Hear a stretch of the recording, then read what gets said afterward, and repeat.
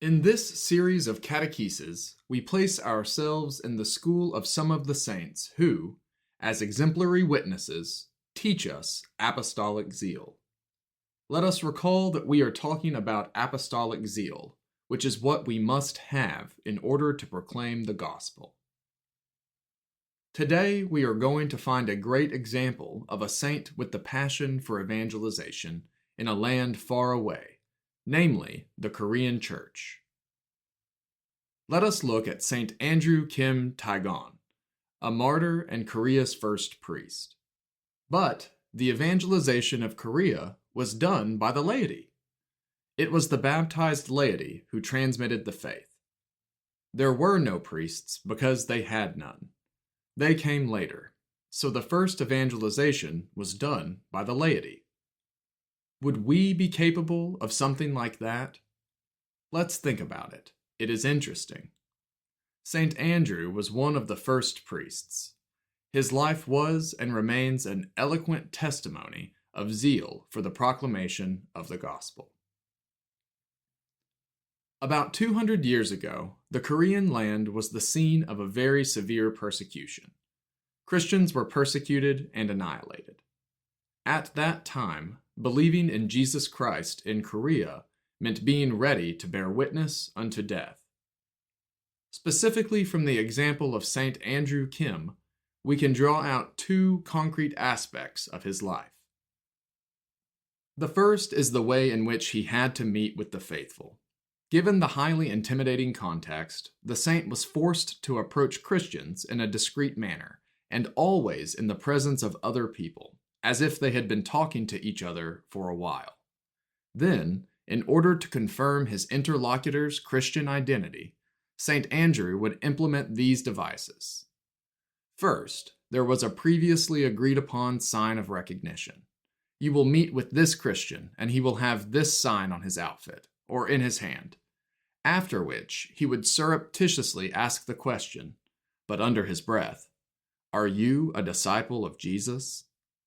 Since other people were watching the conversation, the saint had to speak in a low voice, saying only a few words, the most essential ones. Thus, for Andrew Kim, the expression that summed up the whole identity of the Christian was disciple of Christ. Are you a disciple of Christ? But in a soft voice, because it was dangerous. It was forbidden to be a Christian. Indeed, being a disciple of the Lord means following Him, following His path.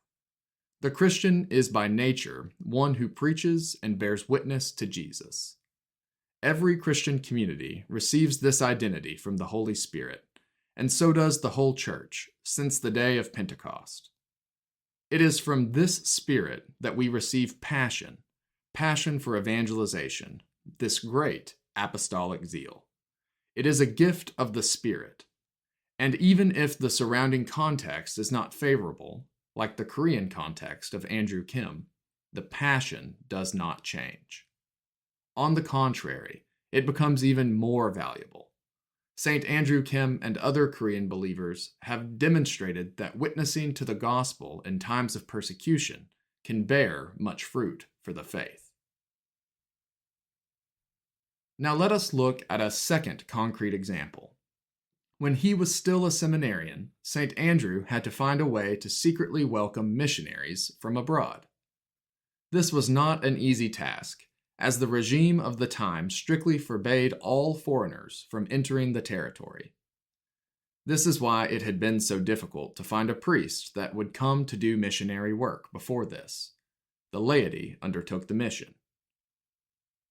One time, St. Andrew walked in the snow without eating for so long that he fell to the ground exhausted, risking unconsciousness and freezing. At that point, he suddenly heard a voice, "Get up and keep walking." Hearing that voice, Andrew reawakened, catching a glimpse of something like the shadow of someone who was guiding him. This experience of the great Korean witness makes us understand a very important aspect of apostolic zeal, namely, the courage to get back up when one falls. Do saints fall? Yes, indeed, from the earliest times. Think of St. Peter. He committed a great sin, but he found strength in God's mercy and got up again. And in St. Andrew, we see this strength. He had fallen physically, but he had the strength to go to carry the message forward. No matter how difficult the situation may be, and indeed, at times it may seem to leave no room for the gospel message, we must not give up, and we must not forsake pursuing what is essential in our Christian life, namely, evangelization. This is the path. Each of us can think, but how can I evangelize? Well, look at these great ones and think about your own small context. Do we think about it in relation to our own small context? Evangelizing the family, evangelizing friends, talking about Jesus? But talking about Jesus and evangelizing with a heart full of joy, full of strength. This is given by the Holy Spirit. Let us prepare ourselves to receive the Holy Spirit this coming Pentecost, and ask Him for that grace, the grace of apostolic courage, the grace to evangelize, to always carry the message of Jesus forward.